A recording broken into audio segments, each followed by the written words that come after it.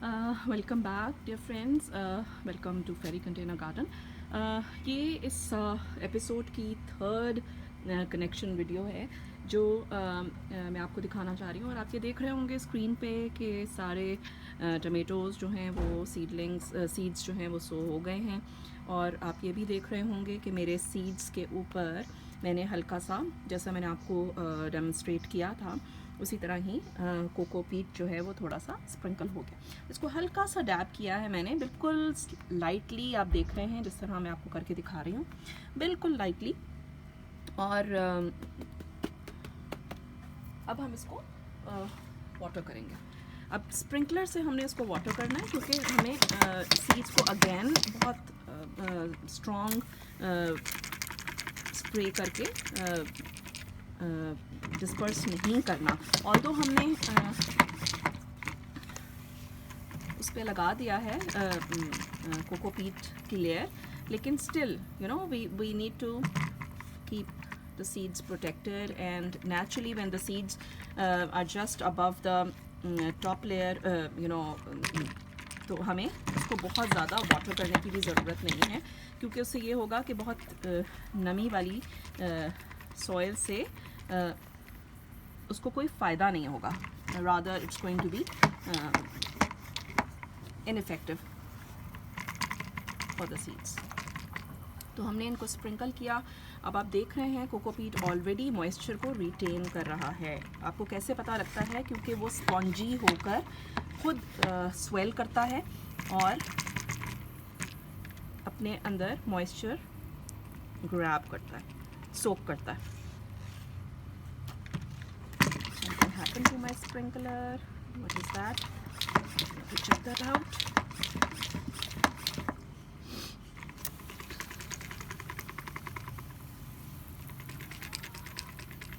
आपके पास अगर नेचुरल फवारा है आप उससे भी कर सकते हैं। आपकी स्प्रे बॉटल जो आप आयरनिंग के लिए रखते हैं या इंडोर प्लांट्स के लिए रखते हैं, आप उससे भी कर सकते हैं। और अगर आपके पास वो भी अवेलेबल नहीं है तो अपना वाटर स्पाउट जो है अपने हाथ के ऊपर रख के आप हल्के से छिड़काव भी कर सकते हैं। तो देयर आर सेवरल वेज़। कोई ऐसा हार्ड एंड फास्ट रूल नहीं है कि आपको गार्डनिंग के लिए स्प्रिंकलर भी होना। आई वुड रादर सजेस्ट कि डोंट गो फैंसी। गार्डनिंग में बहुत फैंसी होने की आपको ज़रूरत नहीं है, क्योंकि जितना आप, मतलब I don't use gloves, I use my hands. मेरे नेल्स ख़राब होते हैं, सब कुछ होता है, but again you know I can not work. I did buy some gloves initially, लेकिन मैं नहीं कर सकती। I can not work with you know very fancy tools, और I can not work with very, हाँ, हैंडी टूल्स आप रखिए। जो आपके हैंडी टूल्स हैं वो बहुत अच्छे हैं, specially you know the size you need. Seed sprinkler मैं लाई थी।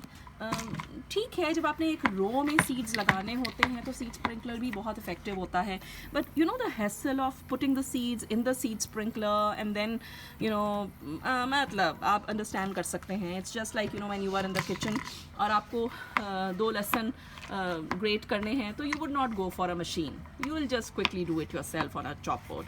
तो this is what it is. तो ये अच्छे हैं tools, you know, if you are a gardener and you want you know all types of, it's just that you know I'm a crocheter, so when I go to the shops तो मुझे जो उससे related चीज़ें हैं वो attract करती हैं और मैं ख़रीदती हूँ। however प्रैक्टिकलिटी कितनी है उन चीज़ों की वो आपको देखना है। तो जब मैं अपने गेस्ट स्पीकर प्रोग्राम पे जाती हूँ, लोगों के साथ शेयर करती हूँ अपने experiences. I am not a trained person, I am an amateur. I learn with my own experiences and I learn from people around.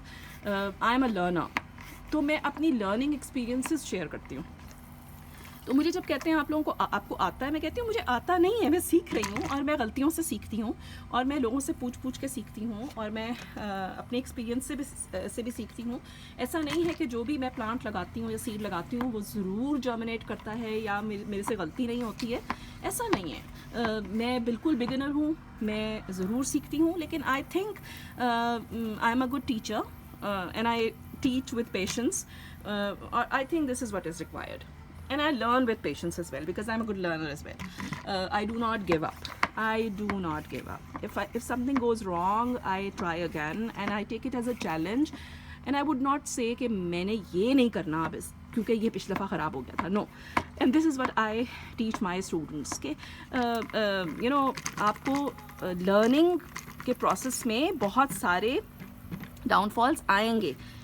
आप सीखते ही तब हैं जब आप फेल करते हैं. जब आप से कोई चीज़ ख़राब होती है तभी आप सीखते हैं और तभी आप देखते हैं कि आपने क्या गलत किया और उसको कैसे दुरुस्त करना है. और मे बी वो आपकी गलती ना हो, मे बी आप जिनको सिखा रहे हैं वो उनकी गलतियां हों और आप उन गलतियों से अगले के लिए एक यू नो प्लेटफॉर्म प्रोवाइड करते हैं जिससे वो सीख सके. तो yesterday my son was asking me कि mama if you have to you know name or rate one kind of student you ever had whom you liked the best. So I said, although you know it's very difficult to say, but students who never give up, who keep on taking challenges and who are the ones who do not feel demotivated when they have not achieved something are my favorite kind of students. And I think it's because I believe in that giving up is not should not be your forte. Your forte should be to you know take it as a challenge and keep trying and keep trying and keep trying because nothing is impossible. However, if there is something which seems to be impossible for you, it means it's not in your fate. You have tried hard, and then you know we have to all believe and we have to believe in Allah's will. हम जो कुछ भी करते हैं उसके and पे उसके beginning में और उसके ड्यूरिंग एंड उसके एंड पे अल्लाह की विल हर वक्त शामिल है.